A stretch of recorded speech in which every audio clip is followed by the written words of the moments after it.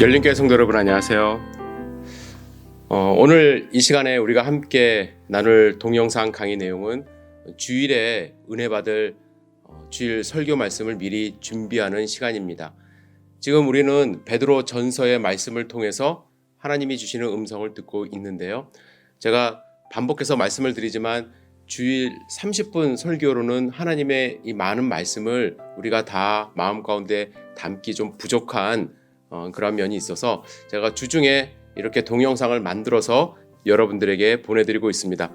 여러분들에게 부탁드리고 싶은 것은 잠시 시간을 내서 하나님 말씀을 함께 묵상하시고 또 이번 주에 하나님이 주실 말씀은 무엇인지를 기대하는 마음으로 또 같이 연구도 하고 또 묵상도 하는 그러한 시간이 있었으면 좋겠습니다. 그래야 주님의 말씀을 놓치지 않고 우리가 마음속에 하나씩 담지 않을까 생각을 합니다. 이번 주에 우리가 은혜 받을 하나님의 말씀은 베드로전서 2장 13절에서 25절까지의 말씀입니다. 이 말씀을 천천히 먼저 같이 읽도록 하겠습니다. 13절부터 제가 읽도록 하겠습니다. 인간의 모든 제도를 주를 위하여 순종하되 혹은 위에 있는 왕이나 혹은 그가 악행하는 자를 징벌하고 선행하는 자를 포상하기 위하여 보낸 총독에게 하라. 곧 선행으로 어리석은 사람들의 무식한 말을 막으시는 것이라. 너희는 자유가 있으나 그 자유로 악을 가리는 데 쓰지 말고 오직 하나님의 종과 같이 하라. 뭇 사람을 공경하며 형제를 사랑하며 하나님을 두려워하며 왕을 존대하라. 사환들아, 범사에 두려워함으로 주인들에게 순종하되 선하고 관용하는 자들에게만 아니라 또한 까다로운 자들에게도 그리하라. 부당하게 고난을 받아도 하나님을 생각함으로 슬픔을 참으면 이는 아름다우나 죄가 있어 매를 맞고 참으면 무슨 칭찬이 있으리요. 그러나 선을 행함으로 고난을 받고 참으면 이는 하나님 앞에 아름다우니라. 이를 위하여 너희가 부르심을 받았으니 그리스도도 너희를 위하여 고난을 받으사 너희에게 본을 끼쳐 그 자취를 따라오게 하려 하셨느니라.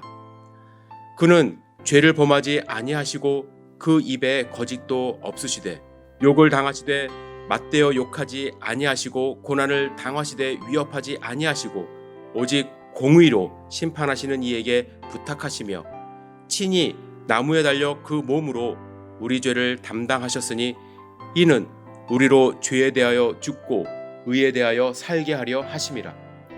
그가 채찍에 맞음으로 너희는 나음을 얻었나니 너희가 전에는 양과 같이 길을 잃었더니 이제는 너희 영혼의 목자와 감독 되신 이에게 돌아왔느니라. 아멘. 여러분 잠시 비디오를 멈춰주시고 13절부터 25절의 말씀을 다시 한번 읽으시길 부탁을 드립니다. 읽으실 때에 여러분들 펜을 준비하시거나 하이라이트를 준비하셔서 주님이 여러분들에게 주시는 부분에 밑줄을 그으시며 다시 한번 묵상해 보시기를 권면합니다. 여러분들 본문을 묵상하셨나요? 2번, 3번 여러분들 읽으셔야 오늘 본문의 내용이 마음 가운데 새겨집니다. 꼭 이 훈련을 함께 하시기를 부탁을 드립니다. 여러분들 오늘 본문에서 어떠한 내용을 마음 가운데 새기셨나요? 하나님이 우리에게 주시는 주요 핵심 내용을 같이 생각해 보고자 합니다. 여러분들 혹시 기억하시는지 모르겠는데 베드로전서 강해를 시작하면서 그 당시 시대 상황을 쿼바디스라는 영화 클립을 보면서 함께 나눈 적이 있습니다. 로마에 큰 화재가 발생하여 수많은 인명 피해와 재산 피해가 발생했는데 황제 네로는 자기에게 쏟아지는 비난과 의심의 화살을 그리스도인들에게 돌렸습니다.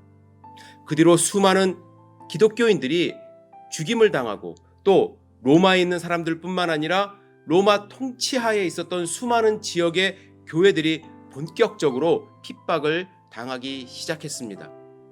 이에 베드로는 편지를 통해서 그들이 받는 시험에 대한 위로를 하기 위하여 1장 6절에 보면 너희가 이제 여러 가지 시험으로 말미암아 잠깐 근심하게 되지 않을 수 없으나 오히려 크게 기뻐하는도다 이렇게 편지를 시작했습니다. 물론 그들이 당한 시험, 힘들고 어렵고 죽음을 당할지도 모르는 시험이지만 그 시험은 결국에 믿음을 연단시키고 천국의 소망을 이루어 주기 때문에 그들이 믿음 위에 굳건히 서는 모습을 보면서 베드로는 기뻐하지 않을 수 없다고 이야기를 했습니다.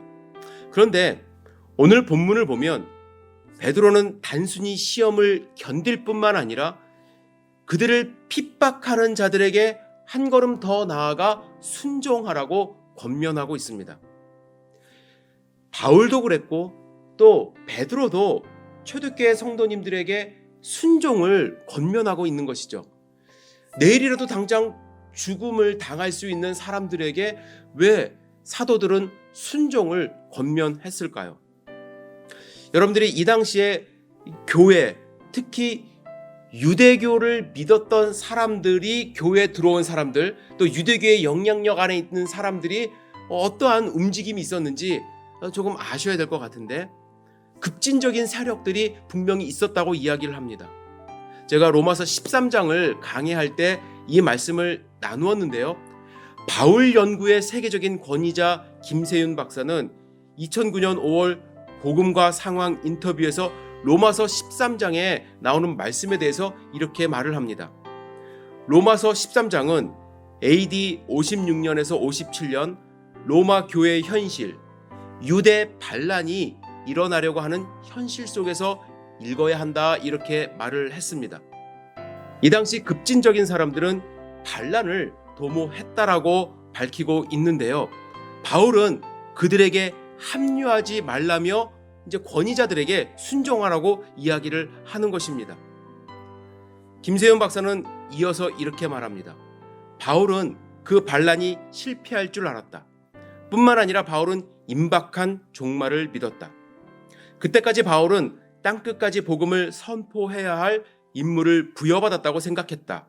그런 바울에게는 로마 제국의 정치, 군사적 안정과 비교적 공정한 로마법과 행정체계가 자기의 세계 선교를 위한 전제 조건이었다.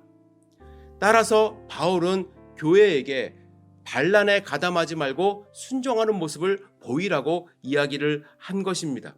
제가 드리고 싶은 말씀은 이 당시에 유대교뿐만 아니라 교회 안에도 분명히 그들이 당하는 환란에 대항하고자 하는 급진적인 세력이 있었다는 것입니다. 폭력적으로 대항하려고 하는 움직임이 있었던 것이죠. 이에 대한 사도들의 반응은 일치했습니다. 왜냐하면 그들의 투쟁이 하나님의 뜻에 의하여 일어나는 것이 아니라 오히려 그들의 투쟁과 반항은 하나님 나라 건설, 복음 증거하는 데 방해가 되기 때문에 참고 순종해야 된다고 이야기를 하는 것입니다. 그리고 곧 오실, 그들은 예수님이 곧 오신다고, 재림하신다고 믿었기 때문에 곧 오실 예수님을 기대하며 지금 참고 기다리라고 이야기를 하는 것입니다. 그래서 오늘 본문에서 베드로는 우리가 순종해야 하는 가장 큰 이유가 바로 주를 위해서라고 강조합니다. 그들은 다른 이유에서가 아니라 주님을 위하여, 다시 오실 주님을 위하여 순종하라고 이야기를 하는 것이죠. 그렇다면 우리 잠시 생각해 보기를 원하는 것은 그들이 순종하는 모습을 보이는 것이 왜 주를 위한 것인가? 첫 번째로, 권위에 순종하는 것은 사회적으로 선한 일로 비춰지기 때문에 그렇습니다. 만일 그들이 반항하고 대적하며 사람을 해치고 사회의 불안을 조성하는 일을 앞장서서 한다면 자신들은 당위성을 갖고 하는 일이지만 사회 사람들은 좋은 시선으로 보지 않는다는 것이죠. 본문에서 사람들은 교회의 선행을 보면서 더 이상 험담하지 않을 거라고 이야기를 합니다. 그렇습니다. 우리가 힘들고 어려움을 사회에서 당하고 믿지 않는 사람들에게 당한다 할 때에 그것을 악으로 갚으면 그들과 우리가 다를 것이 없습니다. 그러나 예수님을 믿는 우리가 악을 선으로 갚는 것, 선한 행위를 통해서 그들이 하나님께 영광을 돌릴 수 있게 하는 것이 바로 주님을 위한 일이라고 할 수 있는 것입니다. 이어서 말씀을 드리면 만일 그들이 반항하고 악을 행하여 고통을 더 당하면 사람들은 그들이 마땅히 받아야 될 벌을 받는다고 생각을 할 것입니다.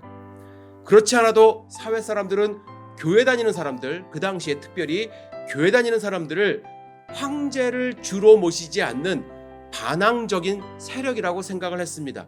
그리고 사회 질서를 무너뜨리는 그러한 조직이라고 생각을 했는데, 거기다가 더 악으로 또 반항하며 대항한다고 한다면 사회적으로 인정을 받지 못하기 때문에 순종하는 모습을 보이는 것이 주님을 위한 것이라고 이야기를 합니다. 마지막으로 고통 중에도 우리가 만약에 순종을 한다면 그것은 예수님을 본받는 행동이기 때문에 주를 위한 행동이 되는 것입니다. 베드로는 오늘 말씀을 통해서 예수님이 어떻게 고난을 받으셨는지 22절에서 24절 이렇게 이야기를 합니다. 그는 죄를 범하지 아니하시고 그 입에 거짓도 없으시며 욕을 당하시되 맞대어 욕하지 아니하시고 고난을 당하시되 위협하지 아니하시고 오직 공의로 심판하는 이에게 부탁하시며 친히 나무에 달려 그 몸으로 우리 죄를 담당하셨으니 이는 우리로 죄에 대하여 죽고 의에 대하여 살게 하려 하심이라. 그가 채찍에 맞음으로 너희는 나음을 얻었나니 말씀합니다.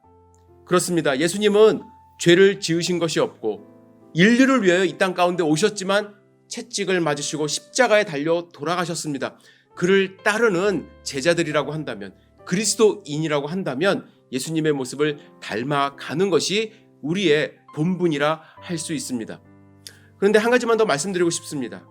오늘 본문을 묵상하시며 역사적으로 많은 사람들이 오해한 흔적들이 있습니다. 일제 강점기에 우리나라를 다스린 일제에 대하여 순종하며 참배하는 것이 옳은 행동인가? 히틀러의 명령에 순종하여 유대인을 학살하는 것이 올바른 행동이었나? 이렇게 오해하며 반문하는 경우도 있습니다.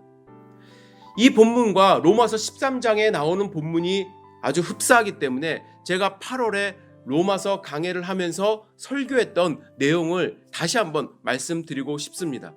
여러분, 하나님이 원하는 순종은 하나님을 포기하고 황제를 하나님으로 섬기는 그러한 순종일까요? 아니면 황제가 내린 십자가 처형에 대하여 저항하지 않고 순순히 복종하는 순종일까요? 초대교회 성도님들은 이 말씀을 자기의 믿음을 황제에게 주며 하나님에 대한 믿음을 포기하라는 말로 듣지 않았습니다. 그들은 어떠한 불이익도 감수하며 그러나 황제가 내린 처형에 복종하겠다는 마음으로 믿음을 지킨 것입니다. 우리도 가끔 이러한 선택의 기로에 서 있습니다. 사회가 요구하는 것이 있습니다. 때로는 믿음을 내려놓아야 실행할 수 있는 일들이 있습니다. 그럴 때 본문을 펼쳐놓고 그래, 세상의 권세는 하나님이 주신 건데 거기에 복종해야지 라며 내 믿음을 내려놓는 사람도 있습니다. 그러나 정말로 그것이 내 믿음을 내려놓아야 하는 일이라고 한다면 하나님이 원하시는 것은 그들이 주는 불이익 혹은 내가 받을 수 있는 이익 포기하면서 불이익을 감수하면서 그들에게 복종하는 모습으로 하나님께 믿음을 드리는 것, 그것이 초대교회 성도님들이 보인 믿음이고 예수님이 우리에게 보여주신 믿음입니다. 여러분들이 잘 아는 다니엘, 바벨론 제국의 포로로 잡혀갔지만 그는 하나님에 대한 믿음을 잃지 않았습니다. 바벨론 제국은 왕이 하나님과 같은 존재였습니다. 왕을 숭배하는 것은 당연했습니다.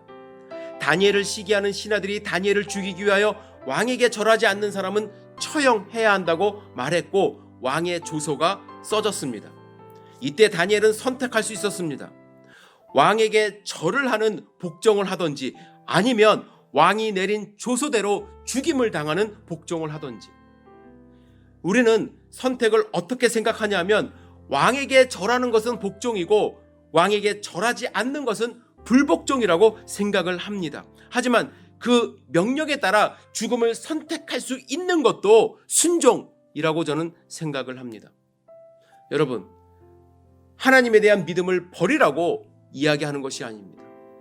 하나님에 대한 믿음을 버리며 세상과 부딪히는 일이 있을 때 악으로 갚지 말고 우리는 오히려 세상이 주는 불이익도 감수하며 내 믿음을 지키는 것, 그것이 초대교회 성도님들이 지켰던 믿음의 모습임을 여러분들 분명히 아셔야만 합니다.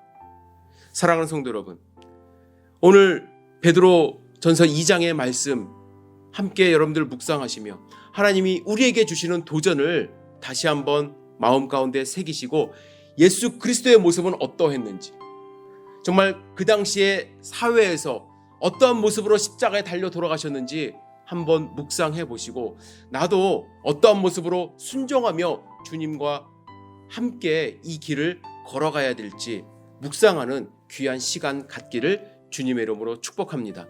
그리고 여러분들 나눠드린 프린트물 혹은 이 동영상 밑에 포함되어 있는 PDF 파일을 함께 보시며 질문들이 나와 있습니다. 수요일날, 목요일날, 금요일날 하루에 2질문씩 제가 이렇게 나눠놨는데 그 질문들을 10분 정도씩, 하루에 10분 정도씩 묵상하시며 하나님의 말씀과 더욱더 친근해지시고 여러분들이 하나님이 주시는 음성은 어떤 것인지 생각해 보시기를 주님의 이름으로 축복합니다. 그래서 여러분들 하나님의 말씀이 마음 가운데 새겨질 수 있도록 여러분들 함께 동행하시기를 부탁을 드립니다.